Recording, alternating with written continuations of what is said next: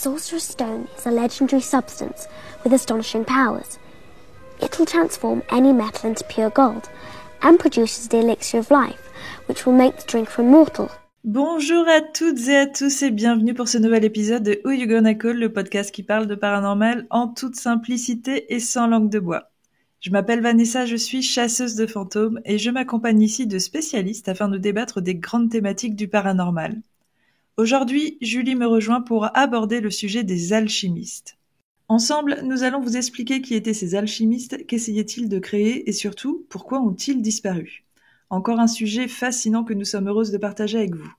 Coucou Julie, comment ça va ? Salut Vanessa, écoute, ça va et toi ?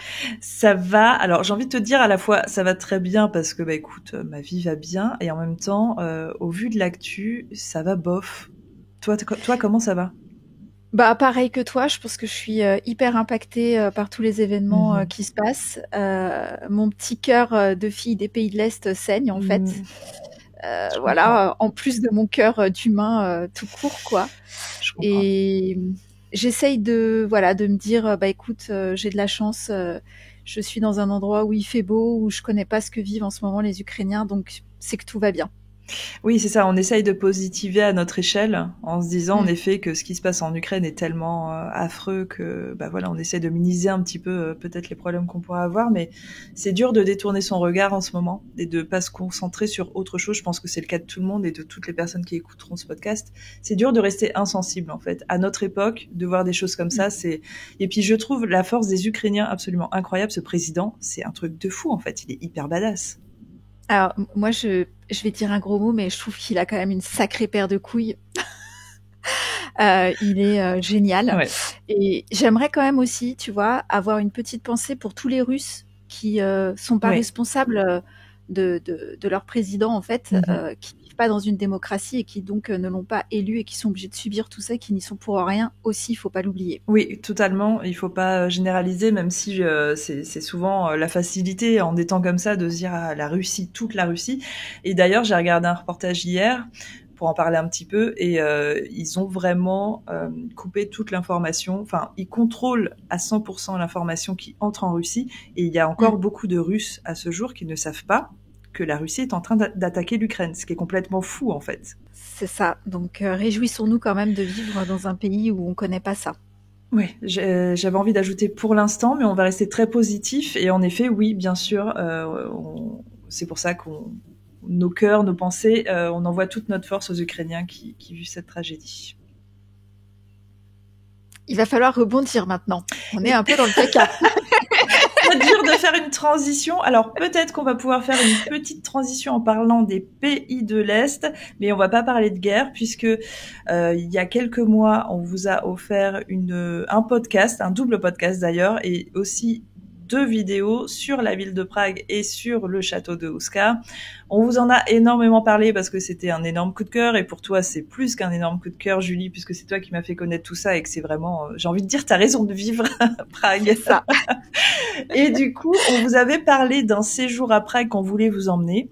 Alors, entre-temps, d'ailleurs, je tiens à m'excuser. Désolée, je fais une digression parce que le podcast est très en retard. Il s'est passé plein de choses, c'était très compliqué. Et moi, entre autres, là où j'habite, il y a eu une tempête qui a détruit l'antenne réseau. J'avais plus de connexion. Enfin, c'est n'importe quoi. Mais nous voilà après 2-3 semaines de retard. Et du coup, entre-temps, le séjour à Prague a été proposé, il a été vendu, il est complet. Donc nous, on est folle de joie parce que au mois de septembre, on va emmener un groupe d'une 20aine de personnes à Prague, vraiment visiter Prague tel que Julie le connaît et me l'a présenté. On va aller aussi enquêter au château de Houska. Ça va être fou. Ça va être terrible. Voilà. J'ai une pensée, en fait, pour toutes les personnes qui n'ont pas pris leur place pour ce voyage. Il manquera définitivement quelque chose à votre vie jusqu'à la fin de vos jours. Alors, au cas où, pour consoler les gens peut-être qui avaient raté leur place, c'est un voyage qui devrait revenir de temps en temps parce que je pense que je l'avais abordé au cours d'un podcast, mais moi je suis actuellement en train de créer mon agence de voyage. Et du coup, ce séjour à Prague avec Julie en spécialiste représentante de Prague reviendra de temps en temps. Alors pas tous les mois, attention, parce qu'on a des vies privées et professionnelles de nos côtés, mais peut-être une fois par an, je ne sais pas. Donc bon, là vous l'avez raté et on est très heureuse de partir avec ce groupe, mais sachez que vous aurez l'opportunité dans le futur. Voilà. Super. Et alors, du coup, quand on vous a parlé de Prague, on vous a parlé du Prague ésotérique, mais aussi du Prague alchimique, parce qu'il y a eu une grosse période d'alchimie, et c'est ça justement qui nous fascine à Prague. Il y a vraiment tout un pan de l'histoire et beaucoup de choses dans Prague, d'un point de vue architectural ou autre, qui représentent ce pan de l'histoire. Et on s'est dit qu'il fallait absolument qu'on fasse un podcast sur l'alchimie, parce que c'est quand même quelque chose d'assez fascinant. Et avec Julie, c'est pour ça qu'on était un peu dégoûtés que le podcast ait autant de retard, parce que on attend vraiment ça avec impatience, un petit peu comme Julie tous les ans avec Noël, de faire ce podcast sur les alchimistes. Et enfin, ce jour est arrivé.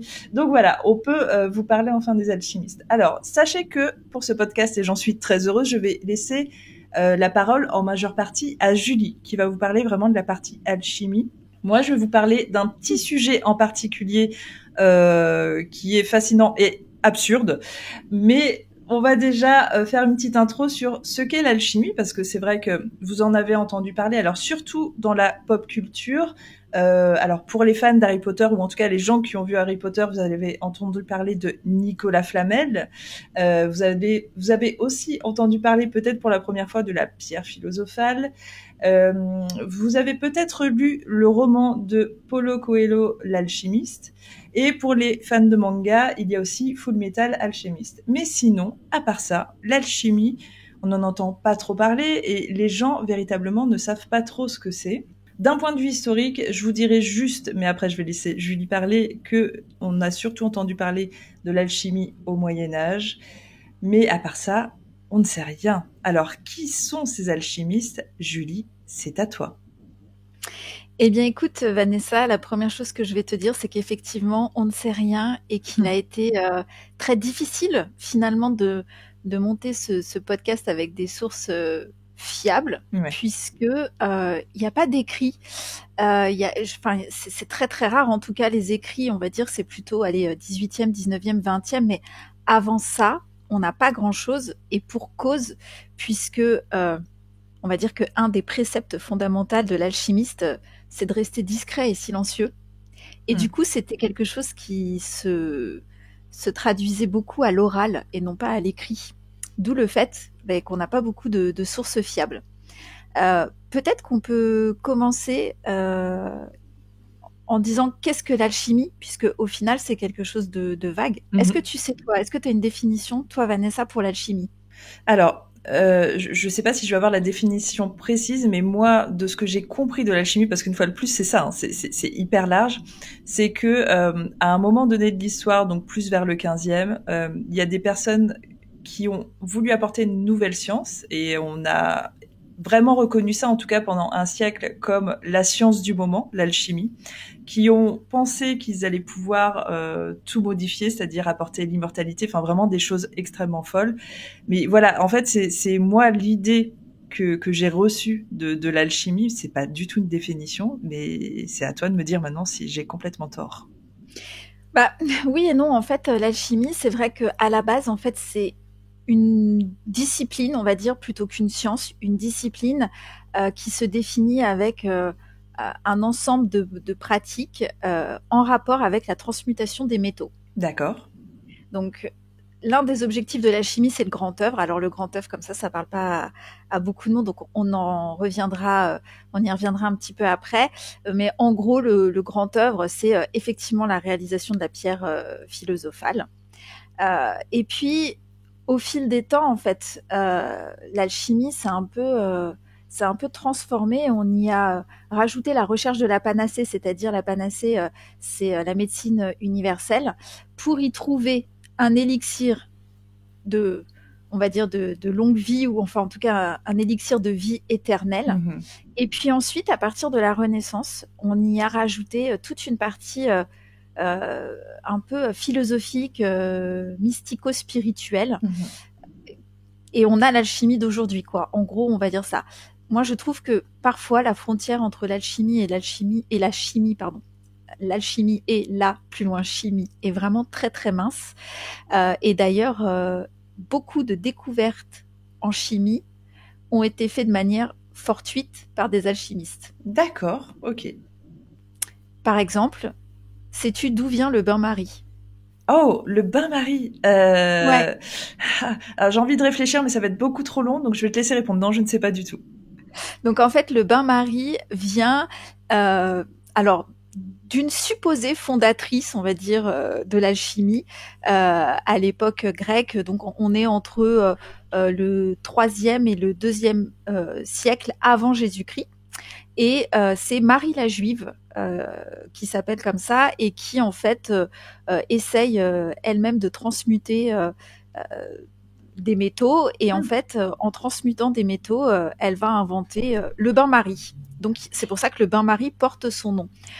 Bien entendu, plus tard, étant donné qu'à cette époque-là, jusqu'à il n'y a pas encore si longtemps que ça, les femmes n'ont pas grande considération, Ouais. on va attribuer le bain-marie à un alchimiste qui s'appelle Albert le Grand. Mais s'il s'appelle le bain-marie et pas le bain Albert, c'est bien qu'il y ait une raison quand même, les gars. Hein. Rendons à Marie ce qui appartient à Marie, quoi. Là, j'allais dire, je suis hyper fière. Presque les origines de tout ça, ou en tout cas du premier alchimiste, serait une première alchimiste, une femme. Et là, en même temps, quelle surprise que l'histoire ait écrasée et changé en tout cas l'origine pour la mettre au masculin. Quelle grande surprise, c'est incroyable. C'est ça. D'ailleurs, à part Marie la Juive, personnellement, moi, j'ai pas trouvé d'autres femmes alchimistes. J'ai essayé de faire des recherches. Il est évident que tu les trouveras pas. Elles sont effacées de l'histoire. Exactement. Je lis un livre justement, digression une fois de plus. Je lis un livre actuellement sur toutes les femmes qui ont été effacées des livres d'histoire depuis le début de l'humanité, et c'est un truc de malade. Donc en fait, c'est normal que t'en aies pas trouvé. Par contre, j'ai à peu près aucun doute qu'il y ait des femmes qui aient voulu essayer et qui avaient peut-être fait des choses importantes derrière. On le saura jamais. C'est ça. D'ailleurs, si on fait un parallèle aussi avec un de nos podcasts précédents sur les sorcières et la chasse aux sorcières, on a beaucoup de femmes, alors alchimistes ou pas alchimistes, mais comme des fois la frontière est vraiment mince, je le redis, entre l'alchimie, la chimie, la pharmacologie, enfin voilà, qui ont été effectivement persécutées comme sorcières et exécutées à cette époque-là, et des hommes aussi d'ailleurs, des alchimistes hommes, dont on a pris le prétexte qu'ils étaient des sorciers pour mettre fin à leur vie. Okay. Il y a eu une grosse persécution des alchimistes à une période de l'histoire aussi, et voilà, on attendait tellement d'eux, je pense qu'ils transmutent et qu'ils trouvent l'or et la vie éternelle, que quand ça fonctionnait pas, quick, on leur coupait la tête ou on les faisait brûler. C'était plus simple en fait. D'accord.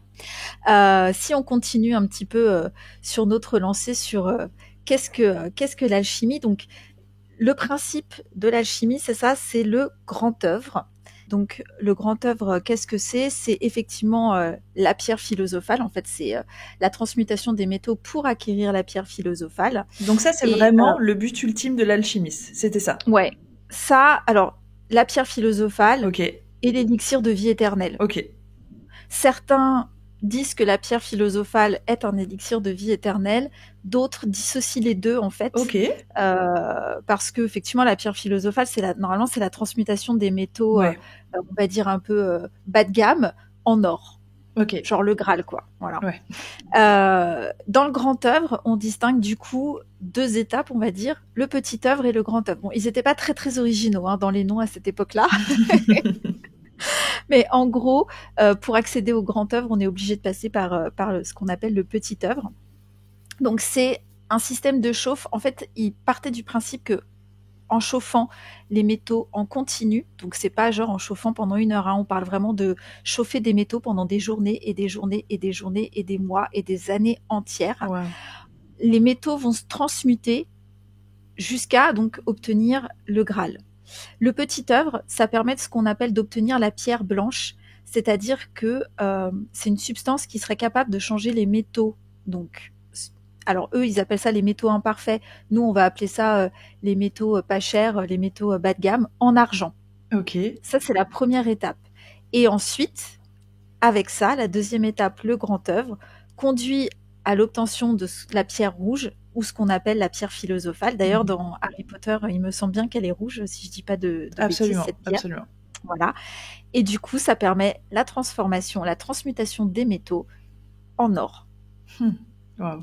Donc, effectivement, ça nécessite patience, persévérance, parce que vous vous doutez bien que quand on chauffe un liquide pendant des mois et des mois et des mois et des mois et des mois et des mois, on n'a pas tout de suite ce qu'on veut. Ouais. Est-ce que ça fonctionne ? Là est la question. Et c'est exactement la question que je me pose. J'attendais ce moment. Alors écoute, ça tombe bien parce que il est temps pour moi. Est-ce que ça fonctionne de parler de Nicolas Flamel ? Ah oui, je pense que ça peut être une bonne transition parce que je pense que c'est à peu près le seul nom que les gens connaissent, et encore. Exactement. Alors Nicolas Flamel, je vais pas vous spolier, mais c'est quand même la plus grande imposture de la Terre entière. Qu'est-ce que tu es en train de me dire ? C'est vrai ? Eh oui. Je suis désolée, mais oui, c'est une imposture totale. C'est pas vrai. Oui. En fait, avec attention. Nicolas Flamel, il voit le jour en 1335 à Pontoise, à côté de Paris, pour ceux qui connaissent. Il n'est pas, on va dire qu'il naît... si on comparait aujourd'hui, il serait de la classe moyenne, quoi. Il est ni pauvre, mais il n'est pas riche non plus, en fait. Voilà. Il rentre, lui, ce qui l'intéresse, c'est les livres, l'enluminure, et il rentre dans une petite librairie comme apprenti libraire. Il passe sa vie, etc., etc. C'est un très bon chrétien aussi. Il a un rapport à la religion assez profond, on va dire. Et puis, un jour, en fait, ce qui va changer sa vie, c'est la rencontre avec Dame Pernelle. Dame Pernelle, alors on ne sait pas exactement quel âge elle a, mais elle est très très vieille, ça c'est sûr. Et elle est très très riche, ça c'est sûr aussi. Et il va faire ce qu'on appelle un bon mariage. Donc en général, c'est plutôt l'inverse à cette époque-là, mais là, c'est ce que j'allais dire, c'est hyper rare. Ok. Et ouais. Et en fait, il va devenir très très riche. Et pour l'instant, vous avez vu, pas de trace d'alchimie. Il ouvre sa librairie, il est libraire. Il va devenir très riche assez jeune. Ok. Et il va ouvrir donc sa propre librairie. Dame Pernelle est aussi très croyante, donc ils vont faire des dons à l'église, etc., etc. Okay. Et là où ça se transforme un petit peu sa vie, c'est que on raconte, parce que il n'y a pas d'écrit, mais on raconte qu'il fait un rêve et que dans son rêve lui apparaît un ange. Okay. Et dans son rêve, cet ange lui montre un livre et il lui dit « Regarde bien ce livre, malgré tous tes efforts, tu n'y comprendras rien, mais un jour, tu y verras ce que nul autre n'est capable de voir. » Et là-dessus, il se réveille. Un peu bizarre, effectivement, tu vois, comme message. Je pense qu'il n'y prête pas attention, sauf que 1 mois après, un marchand vient frapper à sa porte et lui propose un très vieux livre à vendre. Et là, Nicolas Flamel dit « Mais c'est le livre que j'ai vu en rêve. » Waouh, ok. Donc évidemment, il l'achète et il se rappelle de son rêve et tu vois, de dire que il y comprendra rien, mais qu'un jour, il y verra ce que nul autre n'est capable de voir. Du coup, ça l'intrigue, donc il va faire des recherches et des recherches et des recherches sur ce livre. Il va s'enfermer des jours et des nuits durant. Et en fait, alors je vous la fais quand même un petit peu courte, bien sûr, mais en gros, lui, on dit que dans ce livre sont écrits tout ce qu'il faut pour avoir la pierre philosophale, la transmutation de l'or. Ok. Ouais. Et tout ça, c'est tout un tas de conjectures, puisqu'encore une fois, on n'a rien. Il paraît que Nicolas Flamel aurait écrit un livre. On n'en a retrouvé aucune trace. Moi, j'ai cherché, j'ai rien trouvé du tout. Mais ça va lui donner une sorte de je sais pas, d'aura, de popularité, en fait, puisque... et puis, je pense que, du coup, tout son argent qu'il a avec Dame Pernelle, tu sais, à cette époque-là, on est quand même dans une époque moyenâgeuse, où, je le rappelle, les croyances, les fantasmagories, la magie, tout ça, c'est vraiment très prégnant dans la société. Donc, il y en a plein qui disent qu'effectivement, il fait de la magie et il a trouvé comment acquérir de l'or, en fait, puisque voilà, l'origine de son argent est quand même plutôt inconnue. Et en plus, dans la société, comme il fait plein de dons, il ouvre des écoles, il fait plein de dons à l'église, tout ça, ça suscite quand même beaucoup la jalousie. D'accord. Bref, il va devenir hyper populaire. On ne sait pas trop ce qu'il fait, mais il va être invité un peu partout. On se rappelle, si vous avez écouté les podcasts de Prague, que Nicolas Flamel a été invité et passé par Prague. Et c'est tout, en fait. Et c'est tout. Il va mourir, sa femme va mourir, ils vont mourir riches, et c'est tout. Alors, ouais. Alors, tu vois déjà, moi j'apprends que sa femme était beaucoup plus vieille que lui, et je pensais en fait que eux deux, dans l'histoire en tout cas que j'avais vue, mouraient plus ou moins à peu près en même temps. Alors déjà la légende, elle est autre, on est d'accord. Hein, la légende qu'on connaît de Ouais, Nicolas Flamel, c'est qu'il serait toujours vivant à ce jour parce qu'en fait on n'a jamais retrouvé sa trace. Alors qu'en c'est ça, vérité, quand on creuse un peu, on sait qu'il est bel et bien enterré, il y a aucun problème. Par tout à contre, fait. j'imagine que sa femme est morte beaucoup plus tôt que lui, à part si elle a eu 150 ans, mais Oui. ok. Donc lui, après, il est resté veuf pendant un petit moment. Oui, il est resté veuf, mais encore une fois, tout ça, c'est, enfin, on connaît pas grand-chose, Ouais, ouais, oui. tu vois, de sa vie. Moi, c'est tout ce que je sais, c'est tout ce que j'ai trouvé. Et comme tout est entre guillemets oui dire, enfin, si je peux dire, parce qu'à l'époque, c'était pas vraiment ça, mais euh, voilà, c'est une histoire de brodé en fait. Nicolas Flamel, il a Incroyable, rien fait. incroyable. Il s'est illustré dans pas grand-chose à part avoir épousé une dame Il vieille avait et les moyens. riche qui avait les moyens.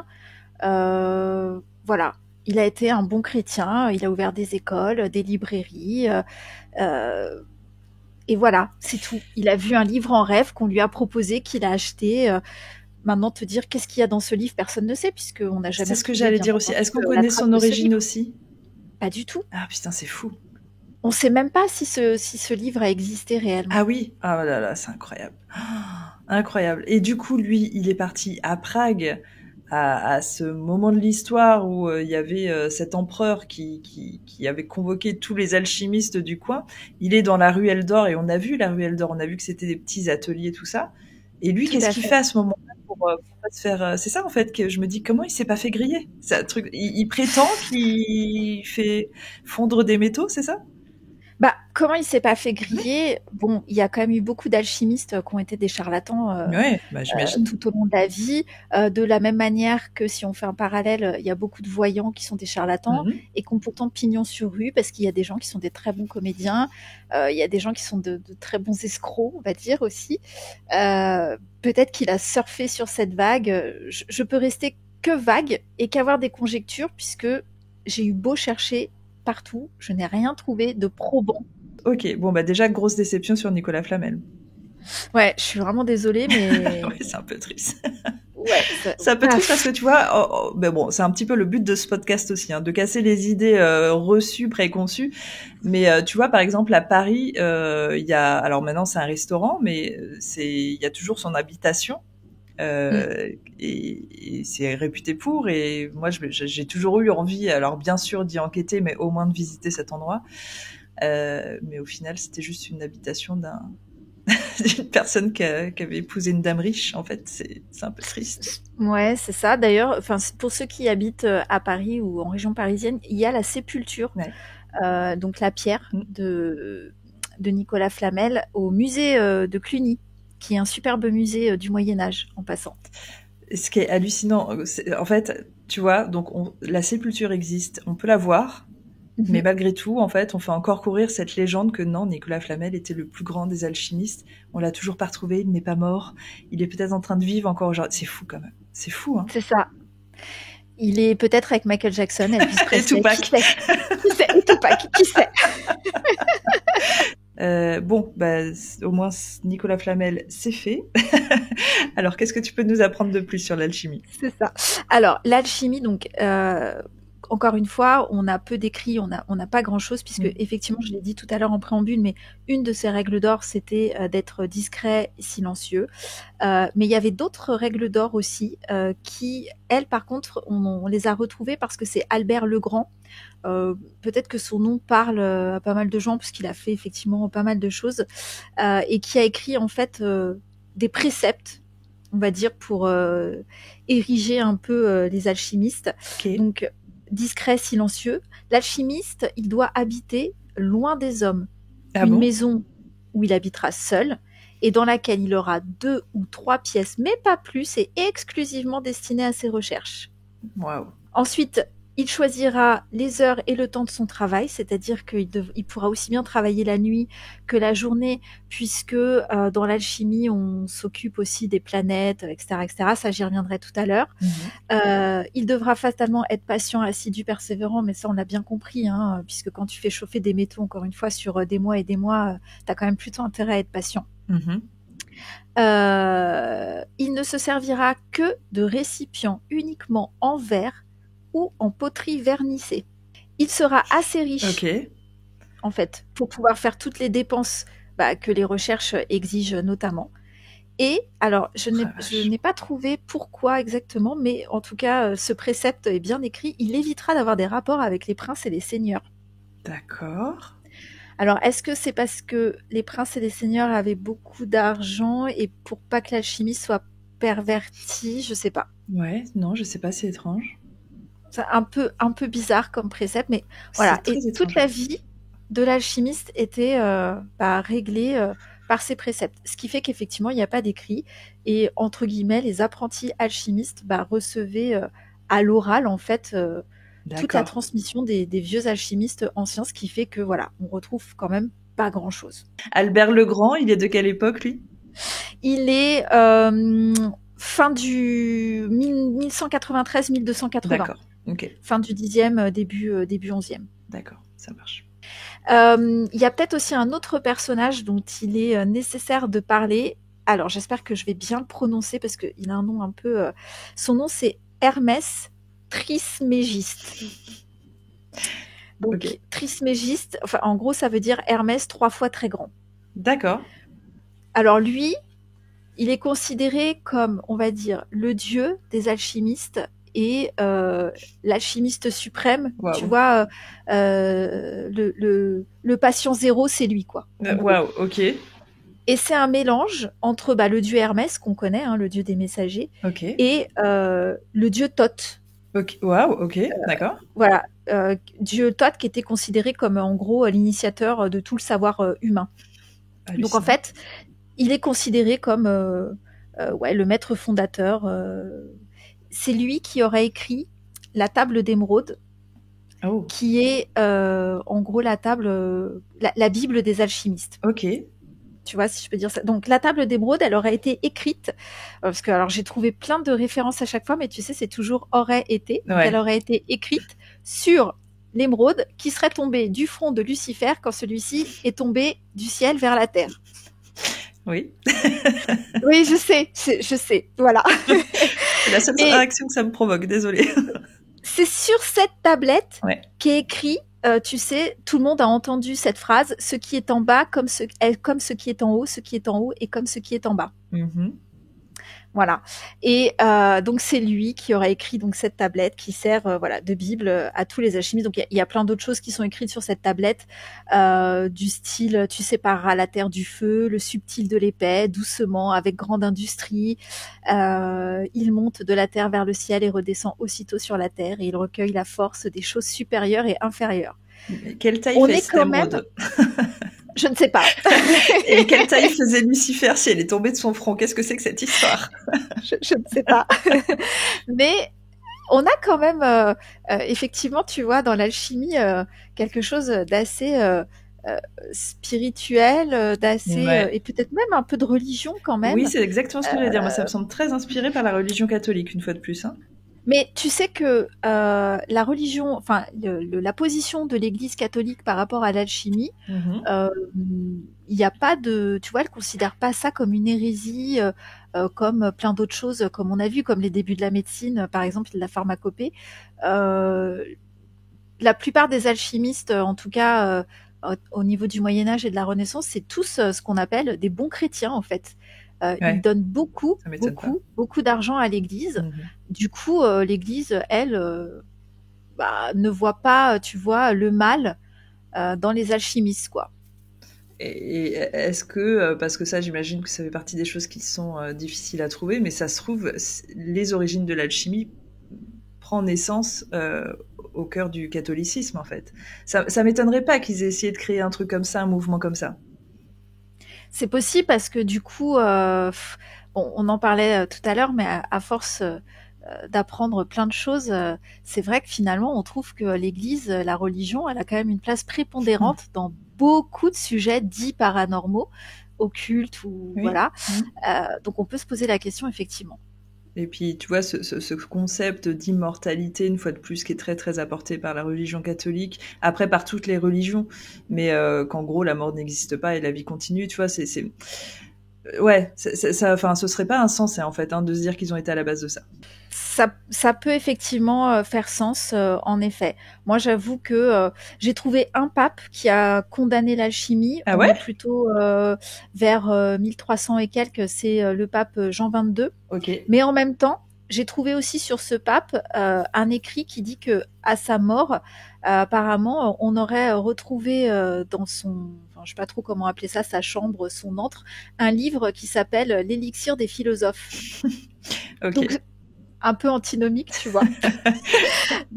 Voilà, il y en a qu'on dit que du coup le pape lui-même aurait été alchimiste. Bon, après voilà, entre le rêve et la réalité, il y a toujours qu'un pas. Ouais, c'est clair. Autre chose aussi sur les alchimistes. Alors, l'alchimie c'est tellement vague que je pense qu'on pourrait faire aussi, c'est pareil, un podcast d'une semaine. Donc j'essaye vraiment j'ai essayé d'être précise et concise et puis de rassembler, on va dire, un minimum de choses parce que l'alchimie, ça prend en compte les métaux, mais ça prend en compte les éléments, la terre, l'air, le feu, l'eau, ça prend en compte les planètes. Il y a tellement de choses. Mais moi, j'ai trouvé ça intéressant, c'est en fait le langage des alchimistes, puisque ils utilisaient ce qu'on appelle la langue des oiseaux. Et toujours d'ailleurs. Alors, a priori, oui, toujours. Pour ceux qui savent pas ce que c'est la langue des oiseaux, en fait, on s'attarde sur le son des mots plutôt que sur leur orthographe. En fait, par exemple, dans le mot tumeur, une tumeur cancéreuse, on a effectivement tue et plus loin meurt. Et effectivement, les tumeurs, en général, il y en a des bénignes aujourd'hui, mais si on reprend l'origine du mot, à l'époque, on en mourrait plus qu'aujourd'hui.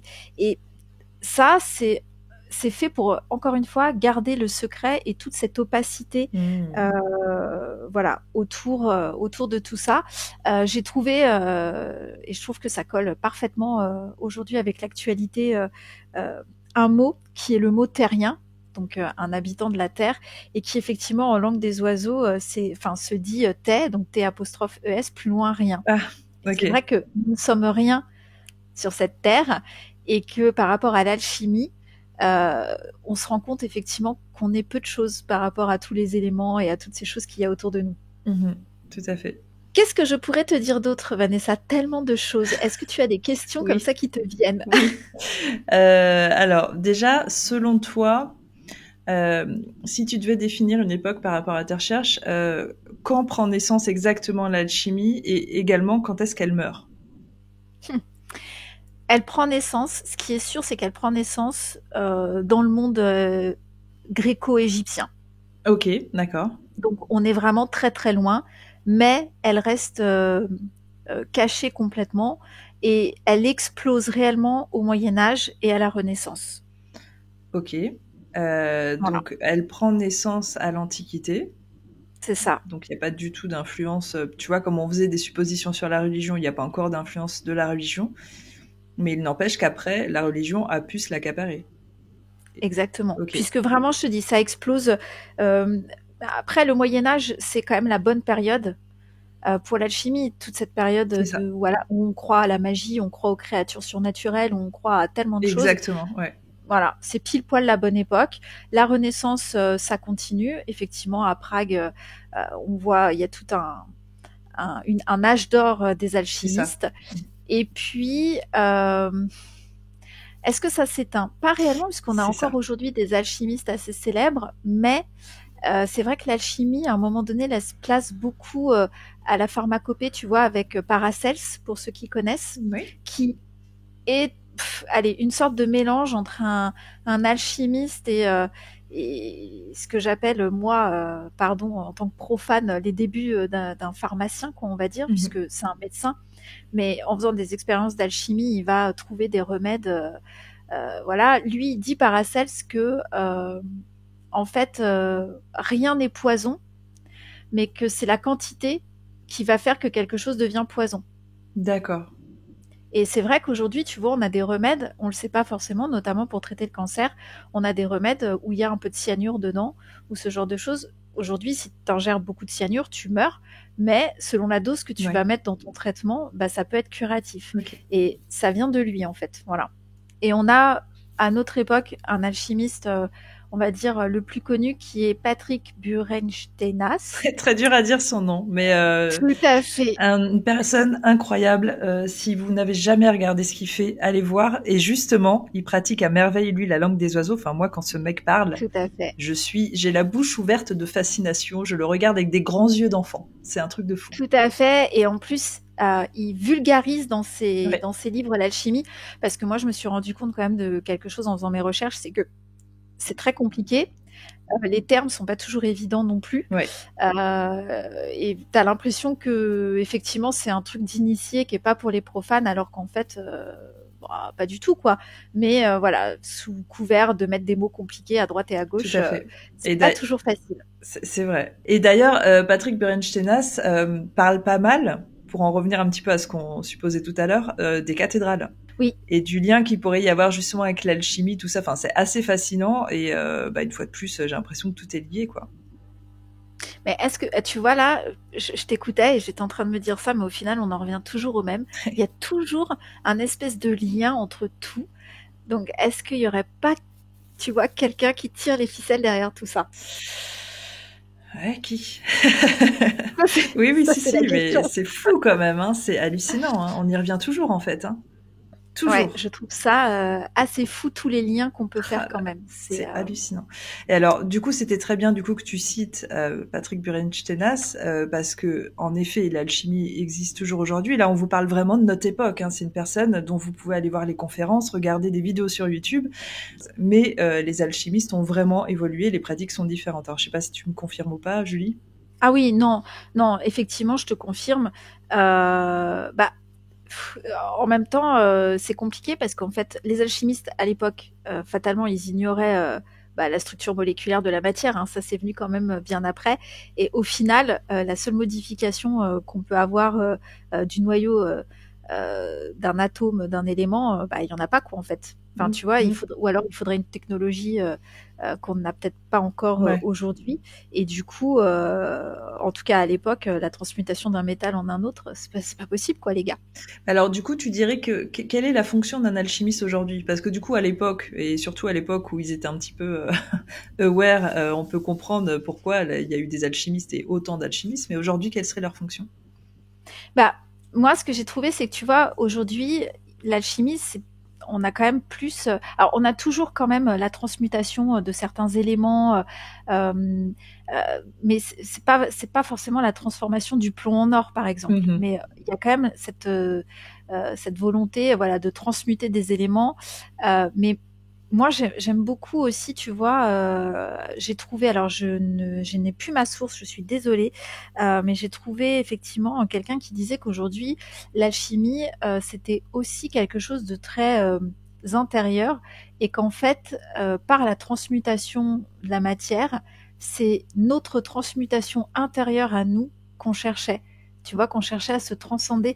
Et j'aime bien cet apport un peu philosophico-spirituel. C'est exactement l'approche de Paulo Coelho, en fait, hein. C'est cette approche-là qui est extrêmement belle et qui finalement est peut-être l'essence de tout, en effet. C'est une autre approche de la vie, quoi. Mais c'est hyper beau, ouais. Exactement. Et moi, j'avoue que voilà, j'aime bien ce côté-là plutôt que la recherche de la vie éternelle. Surtout qu'on doit quand même finir par s'ennuyer au bout d'un moment. Oui, mais je suis bien d'accord. Et puis aussi l'évolution de l'alchimiste et peut-être dans son impact réel, en fait, c'est beaucoup plus intéressant d'écouter un Patrick Burensteinas aujourd'hui que de se concentrer sur les travaux de tous les alchimistes de l'époque moyenâgeuse, parce que moi ça me transcende pas, en fait, des gars qui sont enfermés dans leur labo toute leur vie pour essayer de trouver la pierre philosophale, bof, quoi. C'est ça, on est bien d'accord. Donc, est-ce qu'aujourd'hui, selon tes recherches, une fois de plus, l'alchimie est plus acceptée qu'à d'autres époques? Oui, parce que bizarrement, aujourd'hui, quand tu parles d'alchimie, ça fait très sérieux. Ok. Tu vois, si tu dis à quelqu'un je suis alchimiste, je sais pas, ça confère une espèce de Dora, à l'instar d'autres disciplines, c'est plutôt bien vu. Ok. Enfin, moi, je regardais, tu vois, j'ai été fouiller sur des forums, des choses comme ça, pour voir ce que les gens en pensaient. Ouais. Et alors, tu as toujours des gens pour dire que c'est un peu n'importe quoi, mais Oui. au final, ils sont plutôt rares. Ok. L'alchimie, c'est plutôt bien vu, et on a l'impression que ça fait de toi, tu vois, une grande personne qui a des connaissances. Waouh, le gars est alchimiste. Un érudit, On quoi. sait- Ok. Ouais, voilà. On sait pas trop ce qu'il fait, mais ça a l'air tellement génial. Je vois. Voilà. Ça sera intéressant d'ailleurs pour les gens qui nous écoutent, qui viennent dire comment eux voient l'alchimie Ouais. et comment ils voient les gens qui pratiquent l'alchimie, justement, ce qu'ils en pensent. Donc fascinant, on vous invite évidemment à vous intéresser en tout cas à l'alchimie d'aujourd'hui. Même si l'alchimie moyenâgeuse, on va dire, est un petit peu drôle et rigolote. Mais en tout cas, merci beaucoup Julie pour toutes ces informations parce que je pense qu'on a énormément appris. On est énormément déçus aussi, choqués déçus. Mais on a beaucoup appris. Je suis désolée. Non, mais c'est ça. J'ai brisé un mythe. Oui, mais c'est exactement ce qu'on fait depuis le début de ces podcasts. On brise tous les mythes. Tout le monde nous déteste. C'est ça. On a brisé toutes les légendes. Moi, là, je me demandais justement, dernière petite question. Tu sais, quand tu parles de leur atelier, de leur labo, qu'ils essayent de transformer les métaux, en fait, il y a tout un truc autour que moi, j'assimile pas vraiment, qui est, oui, d'accord, mais avec quoi d'accord? Ils font brûler des métaux, mais quoi d'autre, en fait? Est-ce qu'il y a d'autres trucs? Est-ce qu'il y a des choses à intégrer à tout ça? Ouais, en fait, les alchimistes, eux, acceptent l'existence de 7 métaux purs. Donc, on a l'or. À chacun de ces, alors je vais vous faire le parallèle en même temps, mais à chacun de ces métaux, ils associent une planète. Donc, je rappelle, une planète connue de l'époque. Hein. Ah oui, ok. Voilà. Oui, parce que bon, voilà. Donc, ils associent l'or fatalement au Soleil, normal. L'argent à la Lune. Jusqu'ici, on est plutôt d'accord. Le mercure à Mercure. Bon, celle-là, elle était facile. Le plomb à Saturne. L'étain à Jupiter. Le fer à Mars et le cuivre à Vénus. D'accord. Pour eux, c'est chacune de ces planètes qui aurait donné vie au métal auquel elle est associée. D'accord. Sur notre planète à nous. Si, je comprends bien, mais sur notre... D'accord, voilà. Très bien. Exactement. Donc, dans ces métaux, bien entendu, on distingue ce qu'on appelle les métaux parfaits, c'est-à-dire l'or et l'argent. Et les métaux imparfaits, donc tout le reste. Voilà.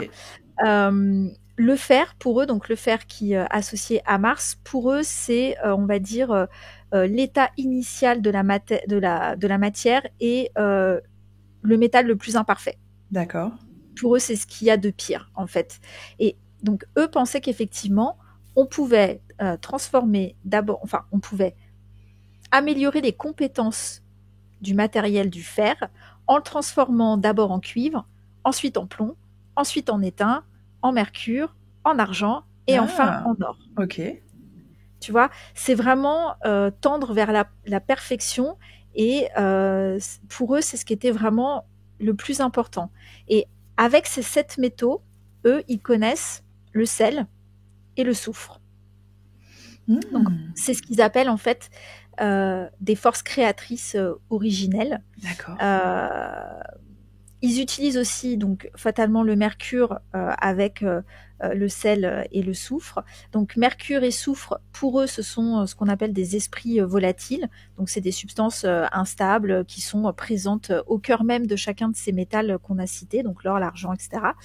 Et le sel, qui pour eux est un élément donc positif, qui a l'effet contraire du mercure et du soufre et qui du coup contribue à l'équilibre de la matière. Ok. Et du coup, en faisant plein d'essais, c'est comme ça que tu vois, par exemple, en faisant chauffer du soufre pulvérisé avec de la limaille de fer, et ben dans le tube à essai, on voit que ça rougit. D'accord. Et quand ça refroidit ensuite, on se rend compte que on peut plus séparer le soufre du fer, parce qu'en fait, on a formé un nouveau corps qui s'appelle le sulfure de fer. Waouh, ok. Mais pour autant, c'est pas du cuivre, parce que tu sais qu'ils veulent transformer d'abord le fer en cuivre. C'est du sulfure de fer. Donc, tu vois, c'est plein de petites choses comme ça qui font que ils ont fait tout plein d'expériences à partir de tout ça pour tendre vraiment vers la fabrication de l'or, donc sinon jamais réussi. Hein. Voilà. Et tu vois, ça me fait repenser quand en début de podcast, tu disais entre l'alchimie et la chimie, parfois la barrière était mince. Et là, j'ai vraiment l'impression d'entendre un laborantin qui est en train de faire ses expériences avec ses petites fioles dans son laboratoire, quoi. C'est hallucinant. Hein.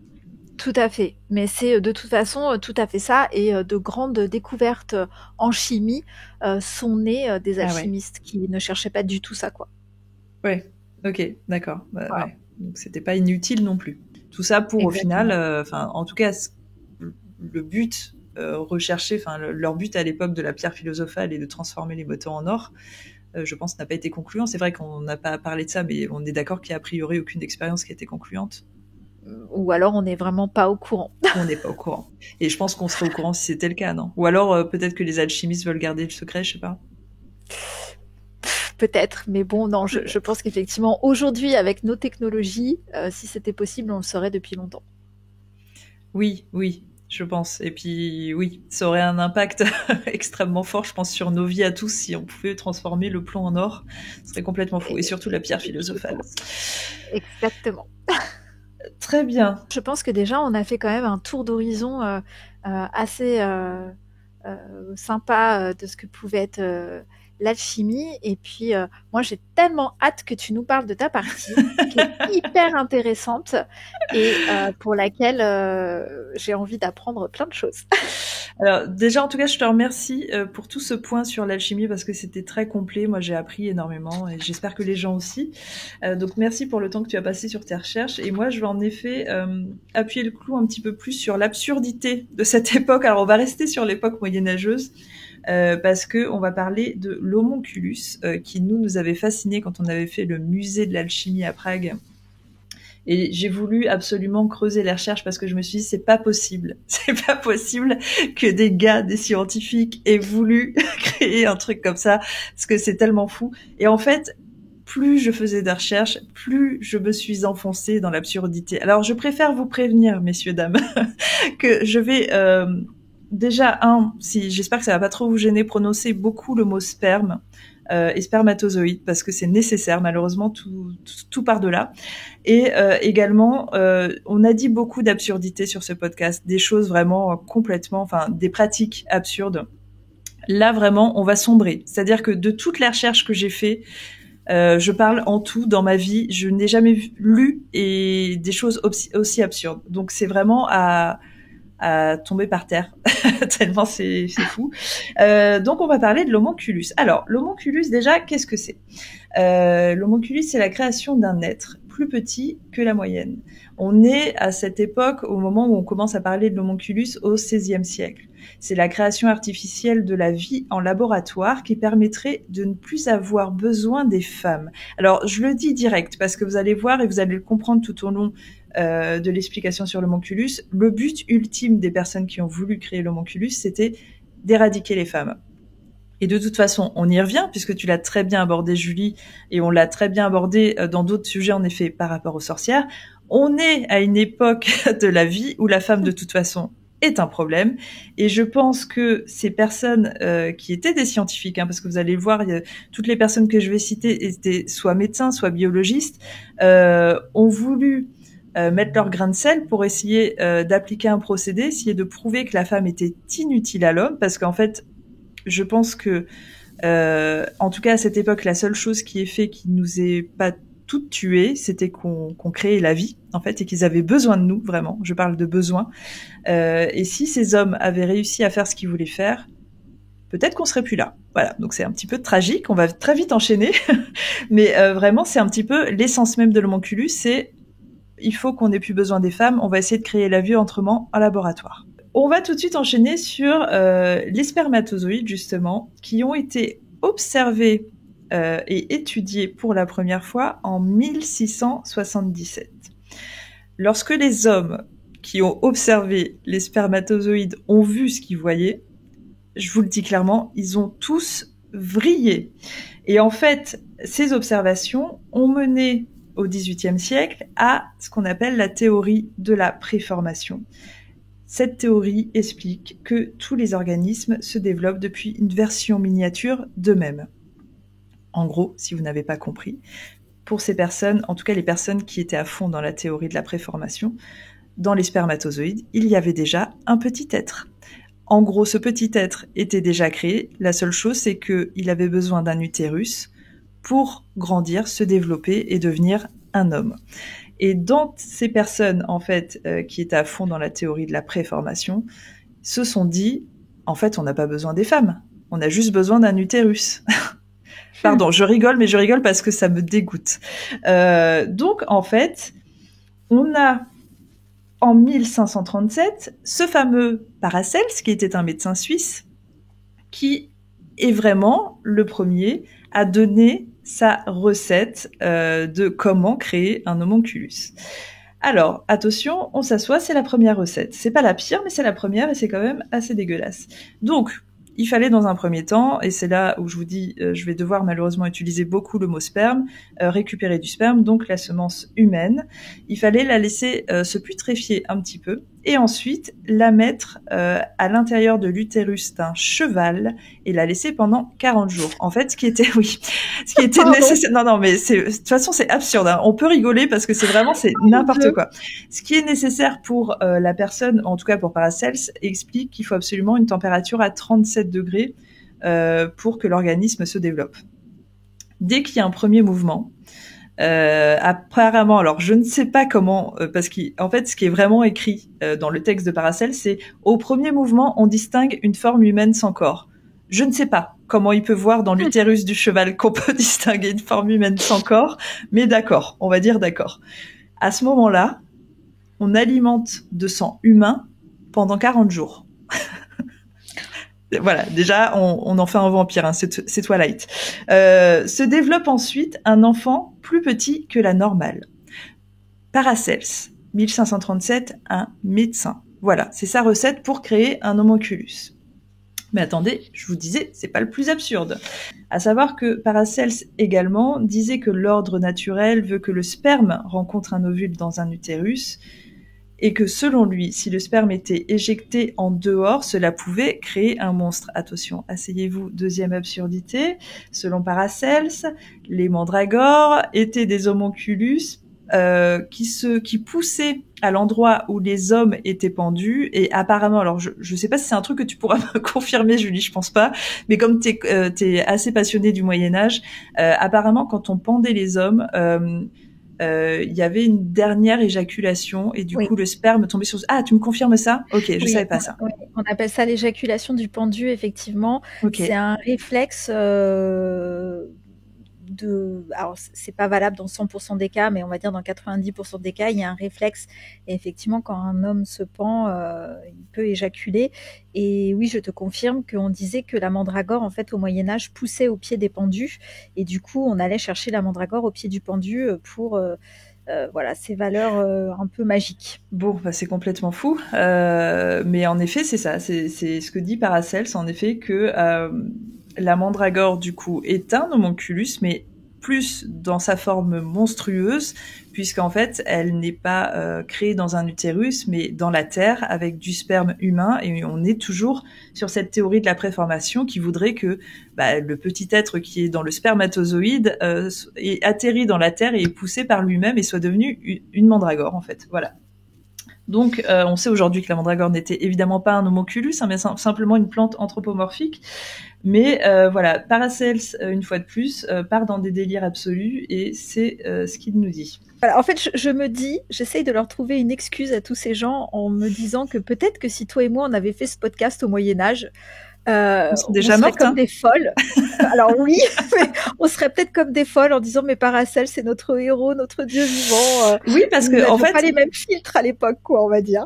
Bah oui, puis toi en fait, quand tu en as fait référence tout à l'heure à Paracels, c'était un petit peu plus noble ce que tu as décrit. Donc je pense que Paracels c'est quelqu'un qui est plutôt bien vu à l'époque. C'est pas un fou, c'est vraiment un médecin, c'est quelqu'un qu'on écoute, c'est un savant, quoi. Et en fait, à côté de ça, tu as Paracels qui vrille total, quoi. Mais c'est pas le seul. On a dit que Paracels était le premier à donner sa recette pour faire un homonculus. En vérité, c'est pas véritablement vrai, puisque le premier à l'avoir donné a priori, ce serait Platon. Alors, qui était Platon ? Platon était un philosophe grec qui a vécu 400 ans avant Jésus-Christ. Il aurait écrit un livre qui s'appelle The Book of the Cow, et en fait, dans ce livre, il y aurait la première recette de l'homonculus. Alors, je vais vous lire la deuxième recette absurde. Le procédé de base de l'homonculus, qui est de récupérer du sperme et de l'injecter quelque part, est toujours la même. Sauf que, en fait, Platon disait qu'il fallait mettre ça dans l'utérus d'une vache ou d'un singe. Après la naissance, il faut placer le petit être dans une poudre faite de pierre de soleil, de sulfure, de sulfate et de sève de saule. C'est tellement précis que ça me rend dingue. Quand la peau pousse, on le place dans une fiole pendant 3 jours, on le nourrit du sang de sa mère pendant 7 jours, et voilà un homonculus. C'est incroyable. On dirait une recette de cuisine. Et en plus, tu sais, je me dis, c'est tellement précis que les gars, en effet, ils ont dû faire des milliers d'expériences comme ça, et ils en parlent comme s'ils avaient réussi, tu vois ? Oui. Et ça m'inquiète, en fait. Je me dis, enfin, déjà, la biologie d'aujourd'hui nous a bien prouvé qu'évidemment, on pouvait pas se reproduire avec des chevaux, avec des chats et des chiens, et même des chiens et des chats peuvent pas se reproduire parce que pour une histoire de chromosomes, c'est incroyable, en fait. Plateau, quoi. Non, mais moi, j'ai une pensée émue pour toutes les vaches à qui on a mis du sperme dans leur utérus. Des vaches. Alors, là, du coup, ce qu'on sait déjà, c'est que on a des vaches, des chevaux et des singes qui ont été victimes d'expérimentations absolument affreuses, ouais. Maintenant, jusqu'où ils sont allés, parce qu'ils ont l'air, je te dis, ils ont l'air d'en parler comme si vraiment ça avait fonctionné. Et par la suite, on va voir en effet, l'histoire dit que ça aurait fonctionné, mais c'est extrêmement effrayant. Et Platon, quoi, une fois de plus. Enfin, moi, ça me bute. Et alors, Platon rajoute qu'il est possible d'obtenir 3 types d'homoculus. Alors, il y a d'abord l'homoculus voyant, qui serait aussi capable de se transformer en vache ou singe. Alors, on est d'accord qu'au final, je pense qu'il a accouché des veaux et des bébés singes, et qu'en fait, il a pensé qu'il se transformait. Voilà. Il y a aussi l'homoculus qui est capable de parler aux démons ou aux esprits. Et là, une fois de plus, je me dis, c'est fou, en fait, de partir dans ce délire. Et le 3e serait capable, attention, de créer la pluie et les serpents venimeux. Et je me dis, quels sont ces 2 principes, en fait ? Pourquoi ? Quel est le rapport ? Pourquoi ? Qu'est-ce qui s'est passé ? Alors maintenant, Platon va certainement nous dire que s'il y a des serpents venimeux sur Terre, c'est à cause d'un homonculus. Enfin, c'est un truc de malade. Et c'est là où je vous dis qu'a priori, il y aurait donc quelqu'un qui aurait réussi à faire des homonculus, et son nom, c'est un nom un peu difficile à prononcer pour moi, mais ce serait Kulfstein. Jean-Ferdinand Kulfstein, qui était au service de la reine d'Autriche. Il aurait réussi à créer non pas 1, non pas 2, non pas 3 homonculus, mais 10. Et ce qu'on dit exactement, c'est qu'en fait, chaque homonculus se trouvait chacun dans une jarre d'eau. La taille de chaque homonculus faisait environ 30 cm. Aucun ne se ressemblait. Ils étaient tous différents. Et ils étaient tous habillés. Pardon. Ils avaient des petits vêtements, du coup, dans leur jarre d'eau. Alors, Kulfstein leur avait donné des noms. Qui sont d'ailleurs des noms très étranges parce que c'est pas des prénoms. Mais c'était plus, en fait, il leur avait donné des noms-fonctions. Il y avait le roi, la reine, le chevalier, le moine, la nonne, le séraphin, le minier et l'architecte. Et là, si vous avez bien compté, enfin, vous avez peut-être pas compté parce que bon, vous n'avez pas compté, mais en fait, je n'en ai prononcé que 8. Donc ça veut dire qu'il en reste 2. Mais qui étaient ces 2 homonculus ? Enfin, pourquoi ils ont pas de nom ?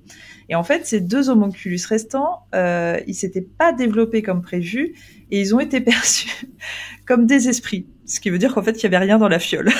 Il y avait rien dans la jarre. Mais bon, apparemment, bon, il y en avait 2 sous forme d'esprits, du coup, qui nourrissaient avec du sang. Alors ça, le sang, ça revient dans toutes les recettes. C'est un truc de malade. Apparemment, les homonculus qui s'étaient développés pouvaient répondre à des questions, pouvaient faire des prédictions, et vraiment, en fait, c'est sur lui et sur cette période de l'histoire où il y a le plus de témoignages, ou en tout cas a priori de gens qui ont observé et qui appuient vraiment le fait qu'ils ont vu, en tout cas dans des grosses jarres, des petits êtres qui a priori pouvait parler et donner des prédictions. Donc à ce jour, évidemment, parce qu'on est vraiment, on est toujours au XVIIe siècle, il n'y a pas trop d'archives, il y en a un petit peu comme je vous le disais, mais c'est difficile en fait de savoir parce que la photographie n'existait pas à l'époque et encore moins la vidéo, donc on ne sait pas ce que les gens ont vu. Ils ont peut-être vu des choses extraordinaires qui n'existaient pas dans leur quotidien. Et je veux dire, on sait à quel point encore aujourd'hui il est facile de profiter de la crédulité des gens. Il est possible que c'était absolument pas du tout des homonculus, c'est peut-être, j'en sais rien, mais des animaux exotiques. Alors bon, qui pouvaient parler, je sais pas, mais peut-être qu'il y avait quelqu'un qui était caché dans la pénombre et qui faisait des voix. Tu vois ce que je veux dire ? Je pense qu'on est à une époque où c'était, comme tu le disais tout à l'heure, on a une époque où les gens ont envie de croire en tout, on leur fait croire tout et n'importe quoi. Et là, pour moi, enfin, je pense que c'est clair aussi pour toi, Julie, c'est impossible que ça existe en fait. C'est voilà, on le sait d'avance que c'est une supercherie. C'est une vraie question. Est-ce que tu es d'accord avec moi ? Rassure-moi. Mais voilà, en gros, on sait que c'était une supercherie. Moi, quand je l'ai lu, je le sais. Je suis juste fascinée de voir que l'histoire prend quand même au sérieux. Enfin, ce serait le gars le plus sérieux, celui qui a réussi. Voilà. Et d'ailleurs, il se dit. Alors, j'ai eu beaucoup de mal à trouver. Plus d'informations que ce que je vais vous dire, mais à la cour de Louis XIV, il y avait un certain docteur Borel qui aurait exhibé un homonculus. Mais j'ai trouvé cette info-là, telle que je vous la donne, et quand j'ai voulu approfondir mon recherche, c'était extrêmement compliqué, donc j'ai rien de plus.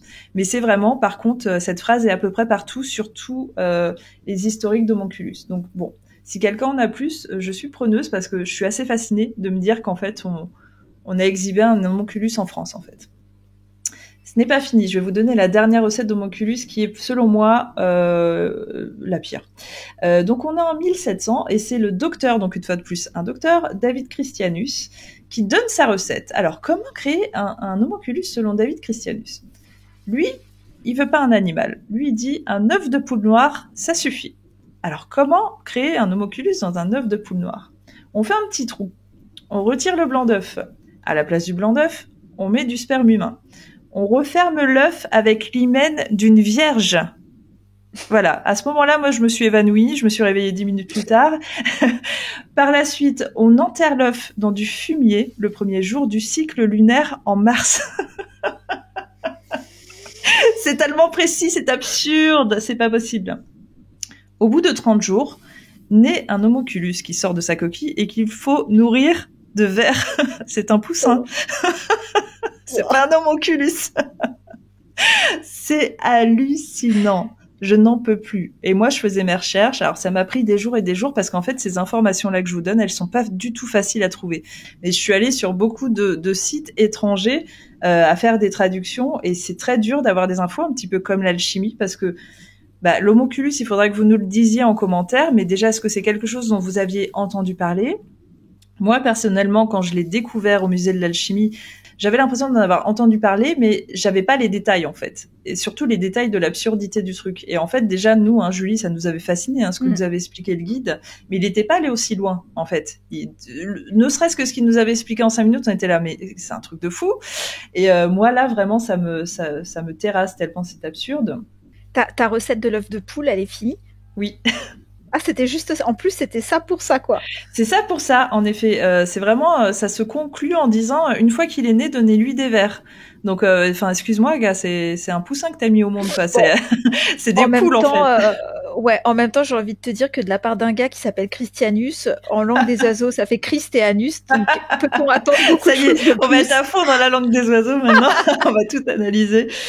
Mais alors, Dieu merci, justement, au même titre que nous qui trouvons ça absurde, au 18e, cette croyance a été stoppée concernant l'homonculus et tous ces mecs qui faisaient qui essayaient de produire des homonculus comme ça à tout va. Ça a été stoppé par les érudits des Lumières. C'est un mouvement philosophique d'intellectuels. Ils ont jugé la pratique comme désillusion archaïque. Bien évidemment, moi j'ai envie de dire aussi une grosse stupidité masculine qui visait simplement, je le redis, à éradiquer les femmes. Alors, sachez que si vous êtes un peu curieux et que vous allez sur YouTube, il y a aujourd'hui des gens qui prétendent qu'ils arrivent à créer des homonculus. Alors, vous avez, Dieu merci, pas la base qui est de comment récupérer la semence, hein, donc ça va direct à l'expérience. Mais il y a 2-3 vidéos qui traînent de personnes qui auraient créé. Alors ça ressemble pas du tout à des petits humains parce que l'homonculus est censé ressembler à un petit humain, mais ça ressemble plutôt à des formes qui se développent, qui bougent un peu, qui ont l'air de réagir. Et c'est des vidéos qui ont été analysées et qui seraient fake. Mais voilà, même si on n'en entend pas parler comme l'alchimie aujourd'hui, il faut savoir que ça fascine encore quelques personnes.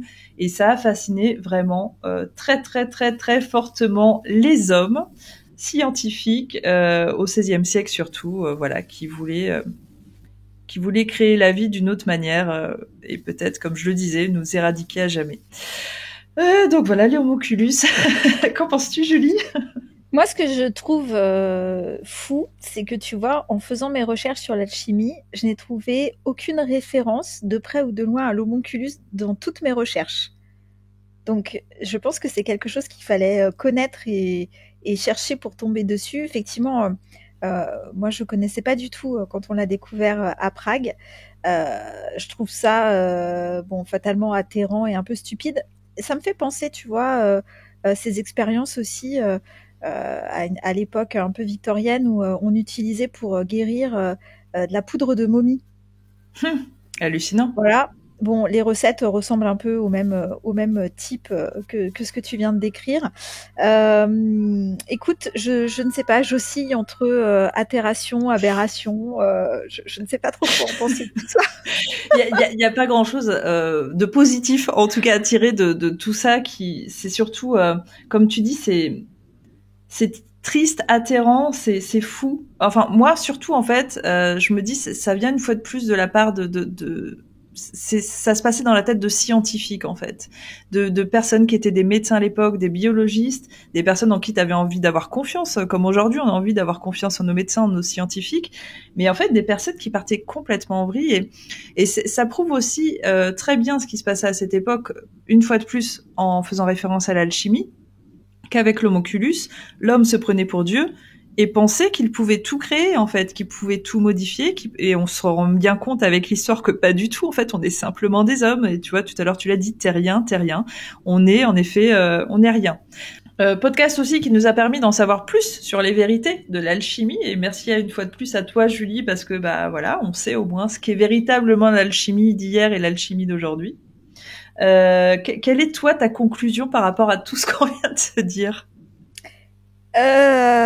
Comment dire Non, moi j'ai trouvé ça très intéressant parce qu'effectivement, j'aime à la limite, voilà, l'alchimie d'aujourd'hui, ce qu'on peut y mettre derrière, le côté aussi de transmuter notre intérieur, etc., etc. Bon voilà, ça, cette idée, j'aime beaucoup. J'ai été moi-même la première choquée de ce que j'ai appris sur Flamel et j'ai eu l'impression, tu vois, qu'un mythe s'effondrait. Enfin bon, voilà. J'ai appris vraiment plein de choses en fait sur plein de sujets et de domaines divers et variés. En fait, c'est hyper intéressant, c'est très riche. Bon, je connaissais déjà Patrick Burensteinaz, donc ça m'a fait que l'aimer davantage. Et j'aurais envie de finir par, allez, une langue des oiseaux sur le mot concupissant, qui est quand même fait du mot concu-épissant. Très bien. Voilà. Parfait. Ça faisait longtemps que tu nous avais pas fini sur un terme bien précis. Merci. Concupissant, retenez-le bien. Essayez de le sortir quand vous êtes à des dîners. Vous allez briller en société. Concupissant. Non, une fois de plus, merci à toi pour les recherches. Où est-ce qu'on peut te retrouver justement, parce que tu continues à poster des choses très intéressantes sur la mort. C'est vrai ça fait longtemps qu'on n'a pas parlé de la mort, faut qu'on y revienne. Hein. Mais tu continues à en parler toi sur Instagram. Où est-ce qu'on peut te retrouver? Alors sur mon Instagram, donc Julie est un toutoun, comme d'habitude. Voilà, j'y poste de temps en temps. Alors ça va dépendre du travail que j'ai. C'est vrai que j'ai du mal à être régulière, mais bon, j'essaye au maximum. C'est un petit peu tout le plaisir de ton Instagram, parce qu'on attend patiemment. Tu crées l'attente, c'est bien, bravo. Tu as compris comment on faisait. Et puis d'un coup, il y a un post, on est là, ouais, trop bien et tout. Puis, évidemment, c'est toujours hyper intéressant parce que tu nous apprends plein de trucs. Donc, si vous ne la suivez pas encore, n'hésitez pas à aller la suivre. Sachez en tout cas qu'il y a aussi l'Instagram du podcast qui est whoyogonacall-podcast et que moi, si vous voulez suivre mes aventures, mes enquêtes, tout ça, vous pouvez aller sur Vanessa-Paranormal Life. Une fois de plus, si vous allez sur l'Instagram du podcast, moi je tag tout le monde, donc vous allez pouvoir tout retrouver.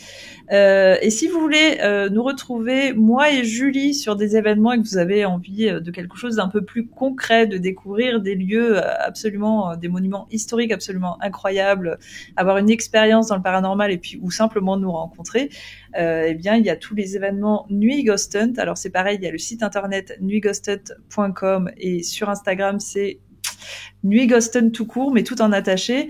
Et il y a plusieurs événements dans l'année. Il y en a un où il y a encore des places d'ailleurs en ce moment dans un magnifique château qui se trouve entre Lyon et Clermont-Ferrand. Et il y aura moi, Julie, River et William, une belle équipe d'enquêteurs. Donc si vous êtes intéressés, n'hésitez pas à nous rejoindre. C'est le 30 avril. Et voilà pour les promos, je pense que j'ai fait le tour. On vous retrouvera aussi, je vous parlerai plus tard des voyages. Là, c'est toujours en cours de création, mais je vais pouvoir en parler bientôt. Donc bientôt, vous allez aussi pouvoir voyager et faire des choses assez incroyables aux côtés de personnes incroyables, un petit peu comme ce séjour à Prague. Écoute, ma Julie, merci une fois de plus pour toutes ces recherches et ta participation. C'était fascinant. Et merci à toi. Et merci à vous tous de nous avoir écoutés. On vous dit à très vite. Des bisous. Bisous tout le monde. The only stone currently in existence belongs to Mr. Nicholas Flamel, the noted alchemist, who last year celebrated his 665th birthday.